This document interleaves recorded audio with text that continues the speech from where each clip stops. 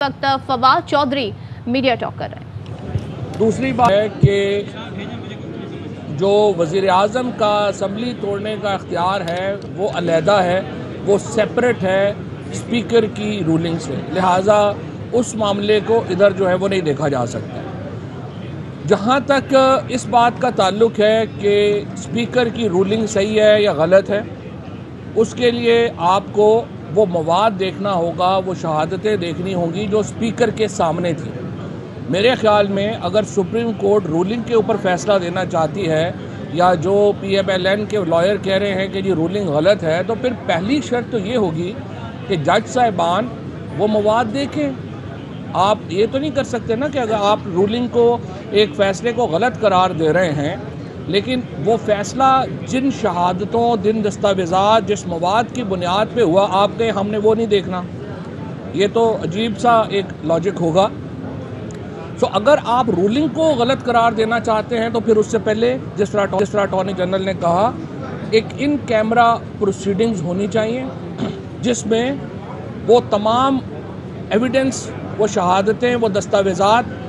जजेस के सामने रखी जा सकें कि जिनकी बुनियाद के ऊपर स्पीकर साहब इस नतीजे पर पहुँचे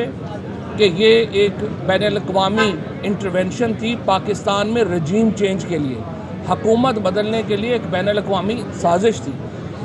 और अगर आप वो मवाद देखे बग़ैर रूलिंग को सेटिसाइड करेंगे तो जाहिर है कि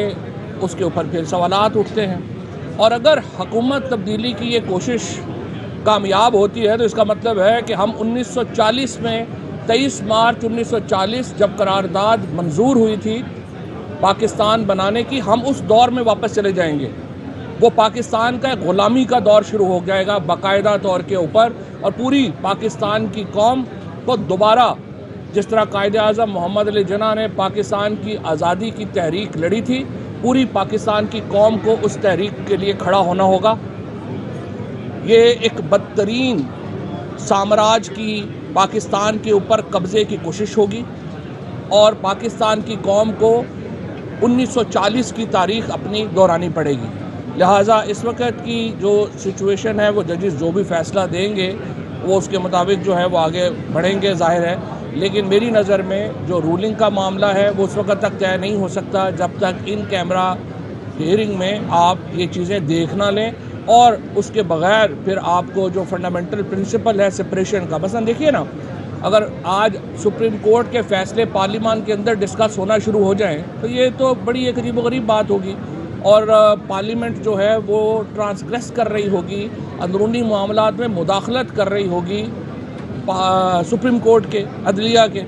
इसी तरह अगर अदलिया पार्लियामान के इख्तियार ले लेगी तो वो सेपरेशन का असूल जो है वहाँ पर भी वायलेट होगा। लिहाजा अदलिया को भी और पार्लियामेंट को भी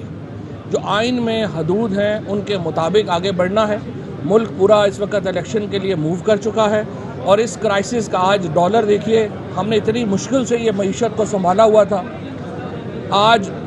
जो वाक़यात हुए हैं, जिस गैर जिम्मेदारी के साथ अपोजिशन ने ये सारा काम किया, उसके नतीजे में आज डॉलर जो है वो अपनी हद क्रॉस कर चुका है। पाकिस्तान में तमाम जो इस वक्त मईशत है वो इस वक्त एक बिल्कुल चंद हफ्तों के क्राइसिस के नतीजे में एक तबाही के दहाने पे पहुंच चुकी है। और इस क्राइसिस का वाहिद हल ये है, क्योंकि अगर आप वापस जाते हैं अदम एतमाद के ऊपर तो इसका मतलब ये है क्राइसिस बढ़ेगा, और उसके नतीजे में पॉलिटिकल इंस्टेबिलिटी मज़ीद कई हफ्ते, महीने आगे बढ़ जाएगी। और पाकिस्तान को स्टेबिलिटी की ज़रूरत है, पाकिस्तान की मईशत को इस्तेहकाम की ज़रूरत है, और उसके लिए वाहिद हल इलेक्शंस हैं, और हमें उसकी तरफ ही बढ़ना चाहिए। फवाद साहब, आप मान रही है और दाएं अपोजिशन स्पीकर की रूलिंग को मान रही है, वो तो बिल्कुल कोई बात मानने को तैयार नहीं है। देखिए ना, मैं कल भी शाह महमूद कुरैशी साहब ने ये कहा है,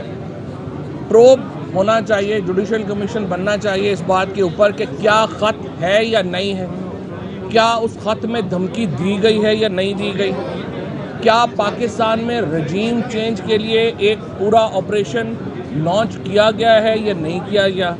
क्या अपोजिशन के लीडरशिप कम से कम कुछ लोग जो हैं वो इस सारे मामले को जानते थे या नहीं जानते थे, क्या जो पार्लियामेंटेरियंस हैं उनमें से कितने लोग जो हैं वो किन किन से उन्होंने मुलाकातें की, क्या क्या गुफ्तगू की, और फिर लोकल यहाँ पर हैंडलर्स कौन हैं जिन्होंने इस साजिश को अंजाम तक पहुँचाया। लिहाजा बहुत अहम है कि ये जुडिशल कमीशन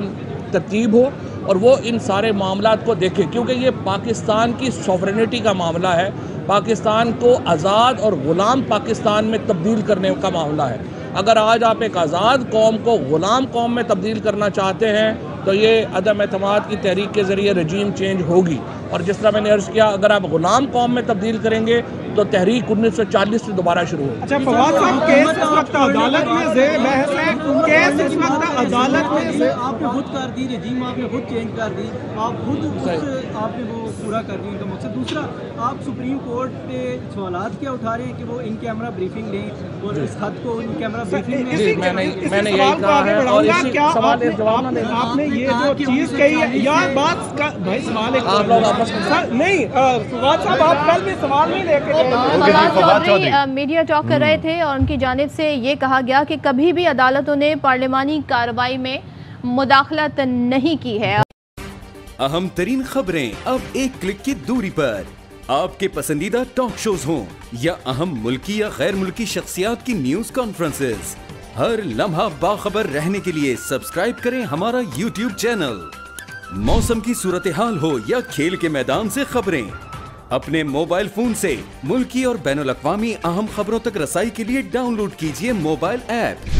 बावसूख ज़राए से मुसद्दिका खबरों, तज्ज़ियों और तबसरों से मुस्तफ़ीद होने के लिए विजिट कीजिए पाकिस्तान की सबसे बड़ी न्यूज वेबसाइट www.arynews.tv। इन सब के अलावा पाकिस्तान का सबसे बड़ा फेसबुक पेज हो, सबसे बड़ा न्यूज इंस्टाग्राम अकाउंट या फिर ट्विटर,